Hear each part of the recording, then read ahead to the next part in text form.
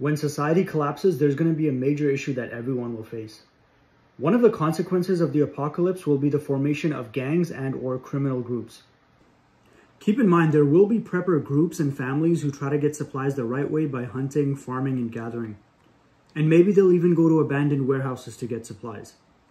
But we're going to talk about criminal groups who will try to take from others because they weren't prepared. Now, we already have gangs that exist in our society right now, but after the collapse, it'll be on a whole nother level. They'll be much more crazy, they'll be out in the open, and many new ones will form. This will happen partly because people will be desperate to find ways to survive. There are also people who are criminal-minded and just need an excuse to do terrible things. Another reason is simply that if there's no rule of law, they'll have nothing to fear. Another reason for gangs forming is that people will seek protection. A lot of people who join these gangs are actually scared people themselves, and they want to seek protection by joining a group. If they have a large group of people with them, they're less likely to be attacked. Many people will do it for resources as well. If they feel that they can get in a group and all go out and take supplies from people, they're going to do it. Now, I'm not saying trying to get supplies is a bad thing, but there's a huge difference between going to some abandoned store or some warehouse to get supplies and robbing a family for some supplies. A post-apocalyptic world will alter certain people's moral perspectives significantly.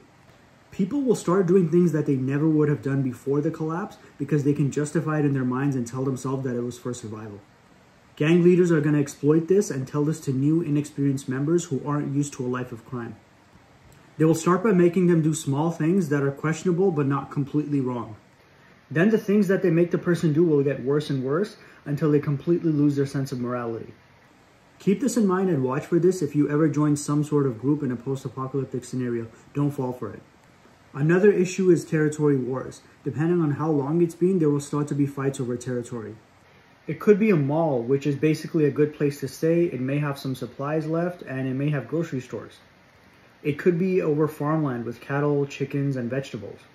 The byproduct of this is that it will be much more dangerous for people that are alone or people who are in small groups like families. Restoring order will be a huge challenge, which will probably require a few leaders and a large group of people.